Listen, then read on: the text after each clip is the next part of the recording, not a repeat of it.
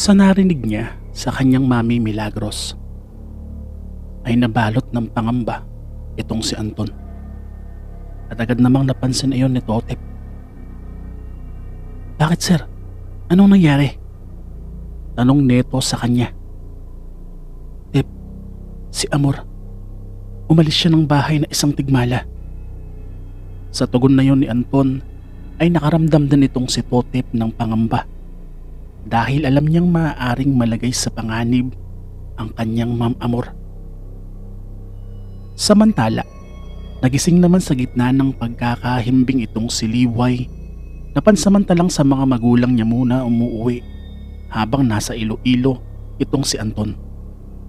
Napabangon siya sa kanyang higaan dahil may naramdaman siyang isang puwersa na sa tingin niya ay mula sa isang nilalang na gumagala sa lungsod. At ito rin ang puwersang naramdaman ni Jello, kaya naman nagising din ito sa mga pagkakataong iyon. Naramdaman ni Jello na may kumikilos sa kanilang kusina at nakakatiyak siya na iyon si Liway dahil nga nagising ito sa kapareho niyang nararamdaman. Kaya naman nang lumabas siya sa kwarto ay natanaw niya nga ang kanyang anak na nagkakape sa lamesa. Napansin din ni Liway ang paglabas ng kanyang tatay Jello sa kwarto at tinungo nito ang bintana. Ito'y para bahagyang buksan ng bintana at sumilip sa labas. Ilang saglit din na nakasilip itong si Jello sa bintana bago nito tinungo ang kanyang anak.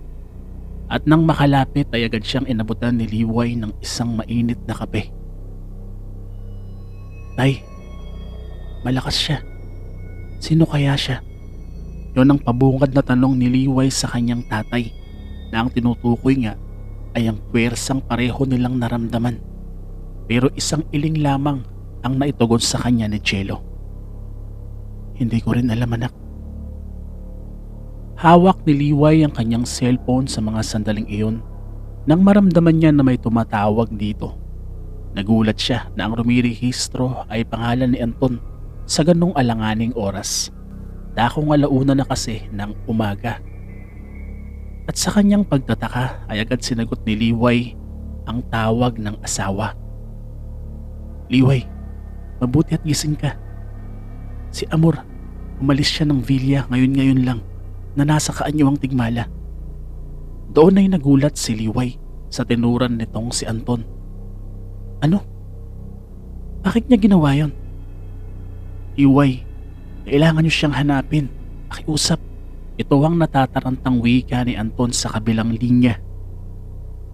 "O sige, huminahon ka. Hahanapin namin siya." Ito ang tugon ni Liway kay Anton. At ito naman ang baling ni Liway sa kanyang tatay Jello. "Tay, si Amor ang nararamdaman natin. Umalis siya sa villa ngayon lang na isang tigmala. Kailangan nating magmadali. Kailangan natin siyang hanapin." Samantala, sa mga sandaling iyon ay nakarating na rin kina Lena at kay Vincent ang pangyayari sa pamamagitan nitong si Totep. Tinawagan niya ang kanyang ate. Kaya naman paalis din ang mga ito sa bahay para nga hanapin si Amor na sa mga sandaling iyon ay nasa isang madilim na eskinita sa isang sulok ng lungsod. Dito siya naghihintay ng kanyang masisila. Hindi na mapigilan pa ni Amor ang pagkatakam niya sa dugo ng tao. Kaya naman nang may magawi sa dakong iyon na isang lalaking nangangalakal ng basura upang maghanap ng panglamang tiyan, hindi niya alintana na siya na pala ang gagawing lamang tiyan nitong si Amor na takam na sa mga pagkakataong iyon. Nagmamadali namang binabaybay nila Lena at Vincent ang daan patungo kung nasaan nga itong si Amor. Nararamdaman kasi ni Lena kung nasaan ito. Halos paliparin na ni Vincent ang kotse. Ito'y para maagapan niya ang posibleng kahihinatnan ng sitwasyon. At pagbaba pa lang nila ng sakyan nang makarating sila sa lugar ay agad silang nakarinig ng paghingi ng tulong. Kaya naman naisip nila na huli na yata sila at nagawa na yata ni Amor ang makapanakit ng inosenteng tao, o ang mas nakakatakot ay ang makapatay ito. Mabilis nilang tinungo ang lugar kung nasaan ang humihingi ng tulong. Pero bigla silang napahinto nang makarinig sila ng magkakasunod na putok ng baril. Nagkatinginan na lang itong si Vincent at si Lena. At ang kanilang pag-aalala sa sumisigaw na tao ay biglang napalitan ng pag-aalala nila kay Amor. Nakatitiyak sila na ang putok na iyon ng baril ay nagmumula kung nasaan ito. At nang mawala na nga ng tuluyan ang mga putok, ay pinagpatuloy nila ang pagtahak sa daan para alamin nga kung ano na bang nangyari at kung bakit may mga pagputok ng baril. Subalit, hindi nila nagawang makalapit ng gusto kung saan sila pupunta. Nang mapansin nila dito ang dalawang sasakyan ng pulis. Sa di kalayuan ay nakita nilang inaalalayan ng isa sa mga alagad ng batas ang isang lalaking nakahawak sa balikat na sa tingin nila ay sugatan. Hindi sila makalapit sa lugar dahil tiyak na po-questionan sila ng mga otoridad. Kaya naman nanatili na lamang sila sa kung nasaan sila nakakubli.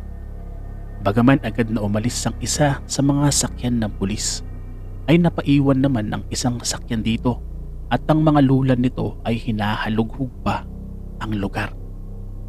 Naisip nila na baka si Amor ang hinahanap ng mga ito dahil nga wala rin naman silang nakitang katawan nito kung ito ba ay nabaril. Samantala, dahil nga sa malapit lang naman sa villa ang bagong bahay nila Jello, ay minabuti na lang dumaan muna rito. Ito'y para alamin nga ang sitwasyon. Agad silang pinagbuksan ng gate ni Mang Elvis at sumalubong sa kanila si Milagros. Pagbaba pa lang nila ng sasakyan ay niyakap agad nito si Liway. Liway, si Amor, umiiyak na wika nito. Agad naman itong pinakalma ni Liway dahil nga sa nakita niya ang lubhang pag-aalala sa mukha nito. Hindi niya ba kinain ng alay? Agad na tanong ni Liway. Hindi ko alam kung bakit. At iyon ang pinag-aalala ko. Pakiusap, Liway. Hanapin niyo siya. Umiiyak pa rin na wika nitong si Milagros. Hindi na kailangan, Mami. Ito ang wika ng isang boses mula sa likuran nila. Mula kay Sherry. Mami, bumalik na si ate. Nasa kwarto siya ngayon. Pero may tama siya ng baril. Sa winikang iyon ni Sherry, ay agad nilang tinungo kung nasaan nga itong si Amor. At nadatnan nila ito sa kwarto na duguan nga ang braso. Na normal na ang kalagayan o wala na ang pagiging tigmala. At dahil sa kanilang takot na malagay sa peligro ang buhay nito, ay mabilis nila itong sinugod sa ospital. Samantala, nang makaalis naman ng mga pulis, ay dito na nagawang makalapit nitong sina Lena at ni Vincent sa pinangyarihan. Umambad sa kanila ang mga bakas ng dugo na nang una ay inakala nilang sa lalaking posibleng inatake ni Amor. Pero nang mapansin nila na may makabakas at patak ng dugo, papalayo at paangat pa sa pader, doon ay naisip nila na baka dugo iyon ni Amor mula sa tama ng baril. Nag-alala sila na baka kung anong nangyari dito, pero agad naman silang nakatanggap ng mensahe kina Lena na nasa ospital na pala ito sa mga pagkakataong iyon. Doon na lang sila nakahinga ng maluwag nang malaman nilang ligtas ito. Nakarating naman agad kina Anton at Totip ang mga pangyayari kung saan naibsan din ang kanilang pag-aalala, lalo na't nasa malayo silang lugar at hindi rin nila magawang makatulong sa sitwasyon. Hindi ko talaga maintindihan ng lahat kung bakit hindi magawang mapaglabanan ni Amor ang pagiging tigmala niya. Hindi ko alam, Tep. Hindi ko naman magawang maikumpara ang sarili ko sa kanya dahil nakatitiyak ako na mayroong dahilan ng lahat. Ito ang malungkot na wika ni Anton na nakaupo sa kanyang tulugan sa kanilang kwarto. Katapat ang nakahigang si Totep sa higaan nito. Nakabalik na sila sa bahay sa mga pagkakataong iyon kung saan sa bintana sila muling dumaan. Maging ako rin naman, Sir Anton. Nagtataka rin ako pero nakatitiyak ako na malalampasan ng kapatid mo ang pinagdadaanan niya. Nag-aalala ako, Tip. Malayo ako sa kanila Gusto ko siyang tulungan pero hindi ko magawa sa ngayon. Huwag kang mag-alala sir, hindi pa babayaan ng mga kasama ang kapatid mo. Si Jello, si ate, naroon naman sila eh. Huwag ka na masyadong mag-isip sir. Mas maigi siguro magpahinga na lang muna tayo. Dahil ilang oras na lang ay aalis na naman tayo. Ito na lang ang muling wika nitong si Totip. Malalim ang kanyang iniisip. Bukod sa nangyayari sa kapatid ni Anton, ay iniisip niya rin ang sitwasyon na kanilang kakaharapin sa paghunting nila sa mga aswang ng Miagao. At doon ay nilapat na rin ni Anton ang kanyang likuran sa higaan para nga saglit silang makapagpahinga dahil malapit na ring mag-umaga. At hindi pa man tuluyang sumisilip ang araw ay nagising na pareho itong sina Anton at itong si Totip. At dahil nga nakatitiyak na sila na ang lugar ay pugad ng mga aswang. Sa araw na iyon, lalo nilang tuntunin ang kinalalagyan ng mga ito. Ikinagulat tuloy ni Lolo Simeon na kagigising lang sa mga sandaling iyon nang makita sila nitong nakagayak. At hindi pa man nagsasalita ang matanda ay agad na silang nagpaalam dito. Tay, aalis po kami. Itutuloy lang namin po yung pag-ikot. Marami pa kasi kaming gustong tignan sa lugar. Wika ni Anton.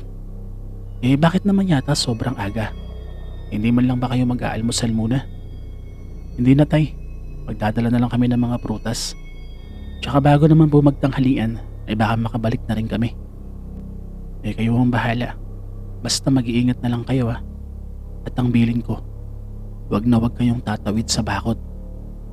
Sige po tay, at lalakad na kami. Tugon naman nitong si Totip. Samantala, sa mga oras ding iyon ay iyon din ang pagkakataon na hahantingin naman ng grupo nitong si Mang Ambit ang mga aswang na naghahasik ng lagim sa ilang baryo sa Guimaras. Binubuo sila ng 11 katao. Ang 7 tilimadon na mula sa baryo nila Toto. At syempre, kasama rin si Toto at ang grupo nitong si Mang Ambit. Basa pa ng mga hamog ang matatalas na mga damong na daraanan nila na nag-iiwan ng bakas sa iba't ibang bahagi ng kanilang katawan. Pero kailangan nilang suungin at hanapin ang kanilang pakay. Tutunguhin nila ang sinasabing pinakaliblib na baryo sa kanilang lugar, ang Baryo Pugot. Sa mga panahong lumipas ay mangilan-ngilan lamang ang nanirahan dito. Kulang 10 taon nang nakakaraan ng isang misteryosong pamilya ang sinasabing tumira dito.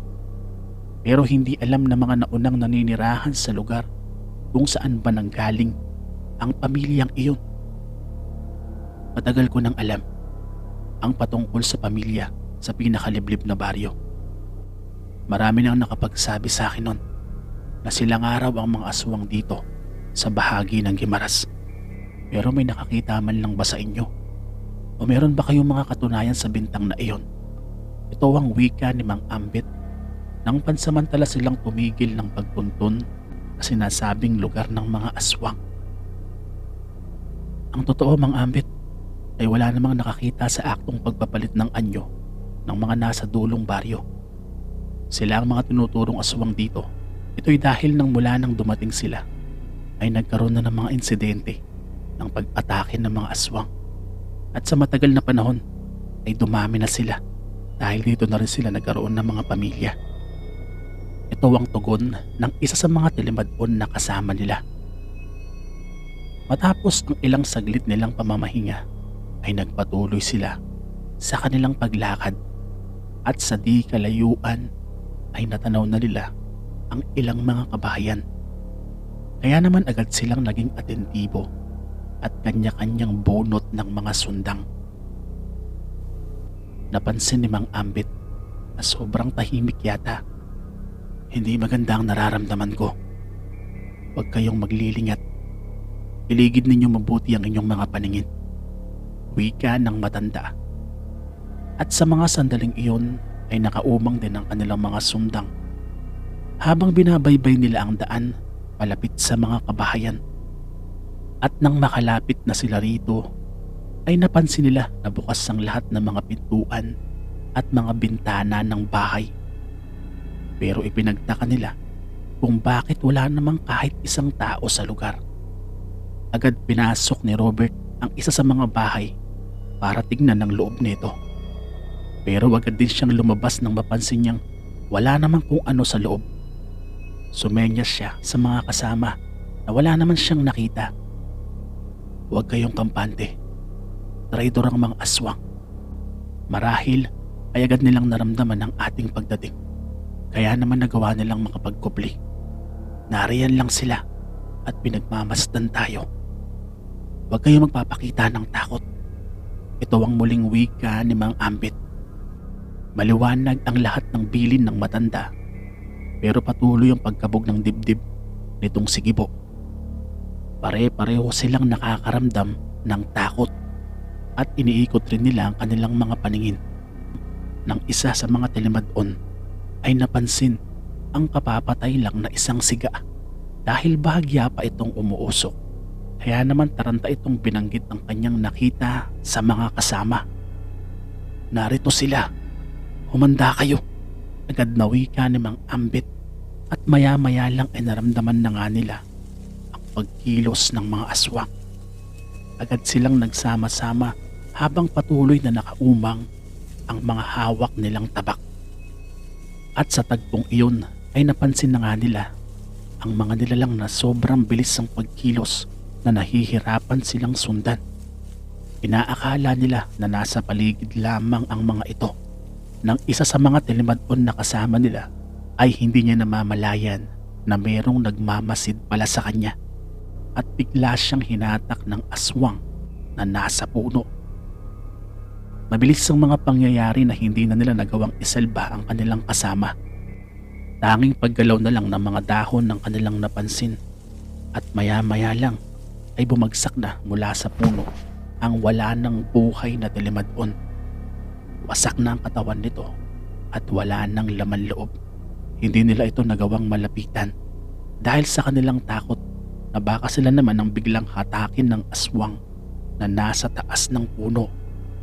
At naramdaman din nila na mas lalong dumarami ang pumapaligid sa kanila, na kung hindi nila lilisanin ang lugar ay tiyak na walang matitira sa kanilang lahat. Kailangan na nating umalis dito, nawika na lang ni Mang Ambit. Kaya naman marahan silang humakbang palayo, kung saan ay hindi na nila nagawang mabitbit pa ang patay nilang kasama. Lalo na nang bahagya silang makalayo ay dinumog agad ito ng ilan pang mga aswang at kitang-kita nila kung paano pinagpiestahan ang patay na katawan nito. Hindi nila inakala ang bilang ng mga aswang na iyon. Kaya naman minarapat na lang ni Mang Ambit na lisanin na lang ang lugar kaysa naman isugal niya ang buhay ng kanyang mga kasama. Bagaman mabilis silang nakalayo ay tanaw nila sa kung nasaan sila ang nilisang lugar. At napansin nila na agad ang pagsulpot dito ng mga kalalakihan at mga kababaihan at muling nagsipagbalikan ng mga ito sa kanilang mga bahay. Mang Ambit, sa tingin ko, hindi natin kakayanin ng ganyang karaming aswang. Wala tayong laban sa kanila. Ito ang wika ni Robert. Tsaka isa pa, Mang Ambit, ang bilis nila kumilos. Sa tingin ko nga kanina, ay kaya nila tayong lapain lahat. Pero hinayaan na lang nila tayong makalayo. Ito naman ng wika ni Nika. Samantalang si Gibo ay tulala at wala pa ring kibo. Asan na ba tayo? Paano tayo makakabalik? Natanong na lang ni Mang Ambit nang sa ganun ay makaiwas na nga sila sa panganib. Mang Ambit, sumunod po kayo sa akin. Marahang wika ni Toto at sinuong neto ang talahiban. Ito kasi ang nakakaalam ng mga ligtas na daanan. At doon ay tuluyan na nga nilang nilisan ang baryo ng mga aswang. Samantala, pagdating nitong sina Anton at Totip sa dulo ng lupain ng mga Del Rios, kung saan naroon ng bakod na tinutukoy ni Lolo Simeon na wag daw nilang tatawirin. Doon ay agad silang nakaramdam ng kakaiba sa kabila ng bakod. Natanaw nila dito ang pagiging masukal ng lugar na sa tingin nila ay walang magtatangkang tunguhin talaga ito. Pero walang makakapigil sa kanilang dalawa na pasukin ang sa tingin nila ay pugad nga ng mga aswang. Matapos maiparada ng maayos ang kanilang sasakyan sa isang lugar, ay agad nilang tinawid ang bakod. Ito'y para suyurin na nga ang masukal na bahagi ng lugar na iyon. Hahanapin na nila ang kinatatakutan sa Miag-aw. Ang hindi alam ni Anton at ni Totip ay nagkukubli ang grupo ng mga aswang na kanilang hahantingin. Ang lahing aswang na pinamumunuan ni Divino at ng anak nitong si Vicente. Ang grupo nila ay ang kinabibilangan din ng mga aswang na nasa Guimaras. Sinadya nilang ikalat ang kanilang angkan nang sa ganun ay lumaki ang kanilang nasasakupan para mapaghari ang takot sa mga pangkaraniwang tao. Ang angkan nila Divino na ilang taon na rin palang nag-aasik ng lagim sa dalawang isla kung saan marami na rin silang kinuwang buhay. Sila ang ipinunta nila Anton at Totep sa lugar. Ang pigilan ng pag-aasik ng lagim ng kanilang lahi. Ama, nakatitiyak ako na anumang oras ay tutuntunin na tayo dito ng ipinadala ni Jello. Sa tingin ko ay kailangan nating lisanin ang lugar na ito at humanap ng bagong pagpupugaran. Alam ko yon, Vicente.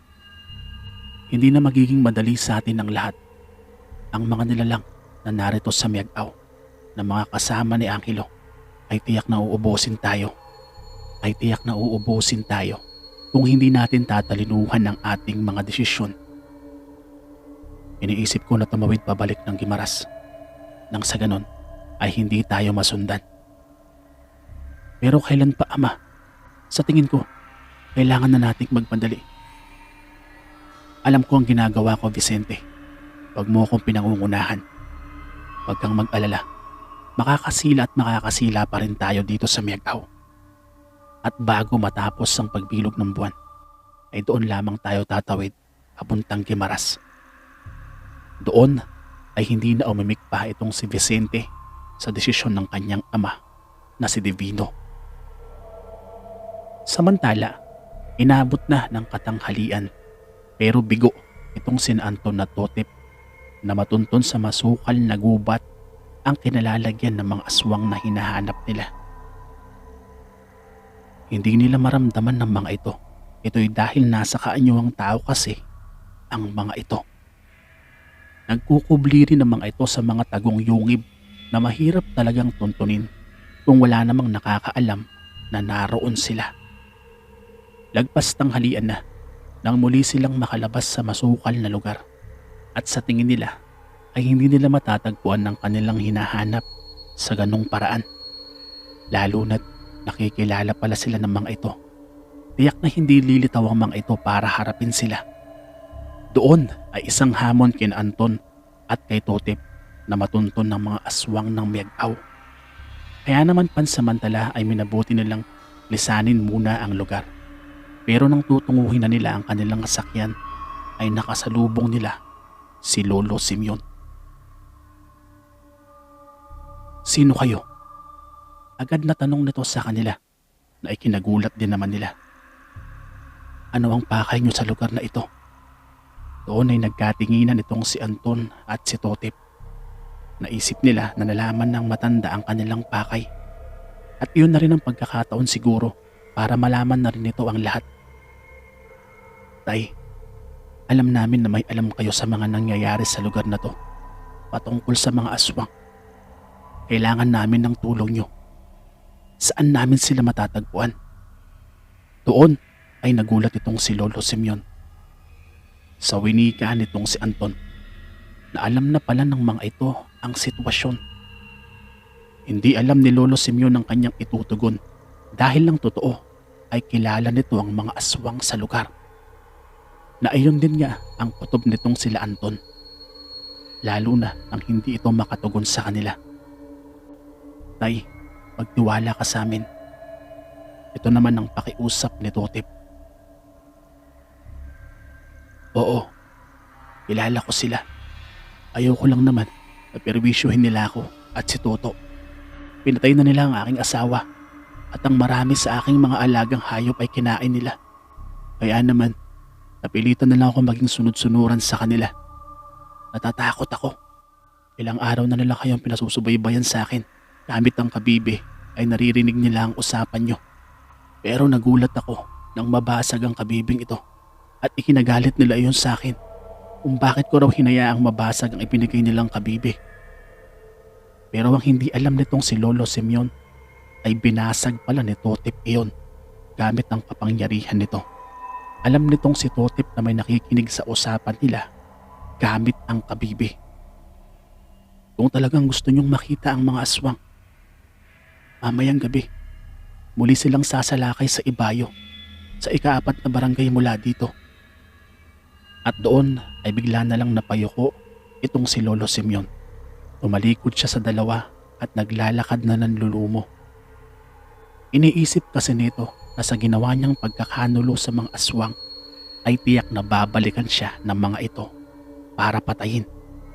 Pero hindi iyon hahayaang mangyari nitong sina Anton at Totip. Ayan, at muli na naman tayong nakatapos sa panibagong episode ng Aswang Hunters. At gaya ng dati bago tayo tuluyang magtapos ay babatiin muna natin ang ilan sa ating mga tagapakinig. Shoutout kay Jablong Polo Grerance, kay Sir Jonard Castillo, kay Ma'am Marian De Maano at kay Marwin Dagohoy. Muli, maraming salamat sa inyong pagsuporta mga paos. At mga paos, sana ipasupport na rin ang ating main channel, ang Tinig PH, kung mahilig kayo sa mga kasaysayan at mga trivia.